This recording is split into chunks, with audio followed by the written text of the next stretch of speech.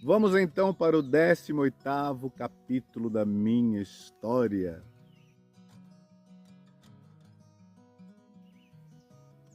A vida tem capítulos que a gente nunca esquece. Alguns porque doem, outros porque iluminam quem somos.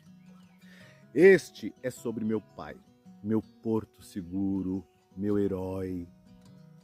Desde que a partida da minha mãe, eu vivia de casa em casa, mas bastava meu pai aparecer para tudo em mim se acalmar. A presença dele me dava alegria e segurança. Eu sonhei muitas vezes com o dia em que ele iria me buscar para morar com ele ao seu lado.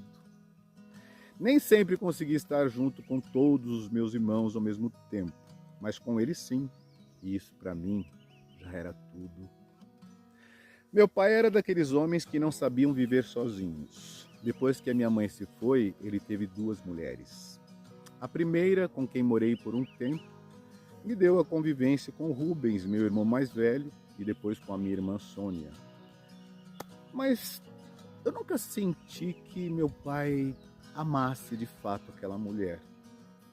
E pelo jeito discreto que ele se referia à minha mãe, eu também sentia que a relação do meu pai com a minha mãe não tinha um amor profundo ali. Talvez esses dois primeiros casamentos dele foi apenas uma tentativa de não viver sozinho, de tapar buracos da alma. Mas então apareceu a segunda madrasta, Dona Olinda, uma pernambucana de fibra. E com ela, ele viveu até os últimos dias. Até o último dia. O amor dos dois era claro como o sol do meio-dia. Eles passaram crises difíceis, marcaram o coração do outro, quase se perderam por causa do alcoolismo, mas sobreviveram juntos. O amor venceu. E com ela, meu pai encontrou a cura para muitas feridas antigas, feridas que o afastaram de alguns dos meus irmãos. Mas, com o tempo, a vida, Deus, tudo foi cicatrizado. Eu era o caçula e acabei sendo o que mais andou ao lado dele. E eu aprendi com meu pai uma coisa: honestidade. Aquela raiz que não se arranca. Com ele aprendi a pagar o que eu devo, a não prejudicar a ninguém, a entender que o caráter não é discurso, é prática diária. E meu pai era um contador de histórias. Repetia casos da roça lá no Paraná como se fosse novidade. E eu ouvia como se fosse também. Ele tinha muito orgulho de ter começado a trabalhar na lavoura aos 8 anos. Aí, quando estava em São Paulo, ele virou vigia e trabalhou noites e noites até se aposentar. Meu pai tinha dois sonhos. Ele tinha o sonho de ter uma casa própria e um pedacinho de terra para plantar. A casa veio com sacrifício, tijolo a tijolo. E a terra veio mais tarde, quando ele se aposentou. Era uma chacrinha pequenininha, lá em Garatá. 2.000 metros de sonhos do meu pai.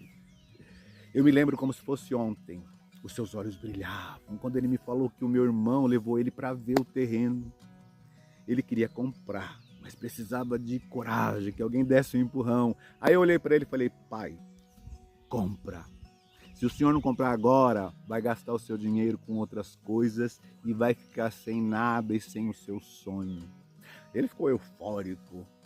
Aí nós fomos juntos fechar o negócio. Aquela terra virou sua alegria por muitos anos. Ele e a Dona Olinda viviam indo para lá no fusquinha que ele tinha, né? Chegaram até a morar um tempo naquele cantinho que era um lugar muito sossegado, muito gostoso. Mas a vida, como sempre, tem curvas, né? Curvas muitas vezes inesperadas. E meu pai teve o carro roubado e depois uma enchente invadiu sua casa. Aquilo abalou muito ele, né? Ele reconstruiu o que pôde, mas pouco a pouco a sua saúde começou a se apagar. Começou a perder peso, cansaço, um pouco de falta de ar. E aí a gente levou ele ao médico e veio o diagnóstico: insuficiência renal crônica. E a partir dali a sua vida virou hemodiálise 2, 3 vezes por semana. E com a idade avançada, já não poderia mais fazer o transplante. Ele teria que conviver com aquilo até onde desse. Nessa época eu já era casado, mas eu assumi essa missão. Eu levava meu pai para a hemodiálise, eu segurava nas crises crises respiratórias horríveis. E eu via o seu sofrimento, mas eu tentava ser forte por nós dois.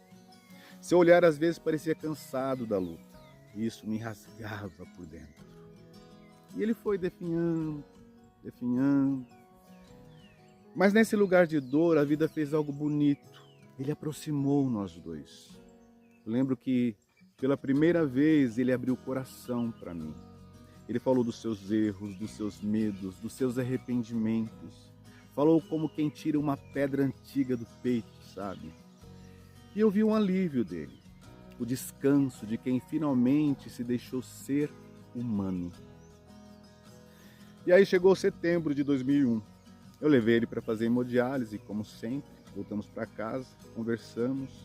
Ajudei ele a colocar o pijama. Dei um beijo no rosto dele. Esse negócio de dar beijo, naquela época, começou a virar hábito, mas... Bom, aí eu deitei ele com cuidado, fui embora. Na madrugada, o telefone toca. Dona Olinda dizendo que ele estava passando mal. Aí eu corri para lá. Quando eu cheguei, eu vi nos olhos dele que algo estava diferente. Eu estava me preparando para levar ele para o hospital, mas ele disse que não iria. Eu insisti, mas ele disse, não vou. Tentou me dizer alguma coisa, mas as palavras já não saíram mais. E aí ele fechou os olhos, deitou na cama, eu sentei do lado dele, e eu vi que a respiração foi diminuindo. Aí eu pedi para a Dona Olinda ir lá buscar um pouco de água, não queria que ela visse o que eu sabia que estava acontecendo.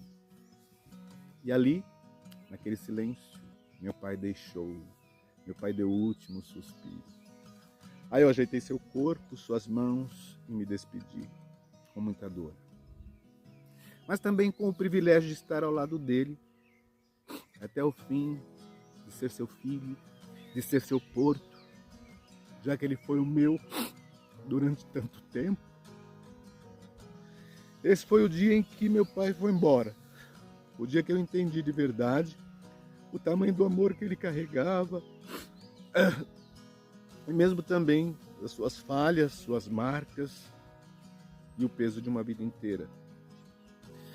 Esse 18º capítulo da minha história é o capítulo onde a dor e o amor caminham juntos, onde um filho segura o pai pela mão e aprende finalmente que despedidas também são formas de amor.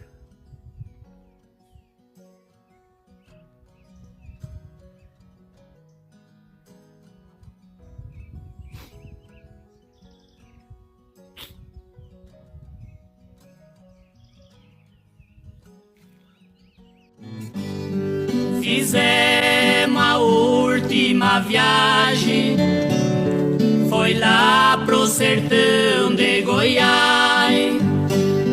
Fui eu e o Chico Mineiro, também foi o capataz.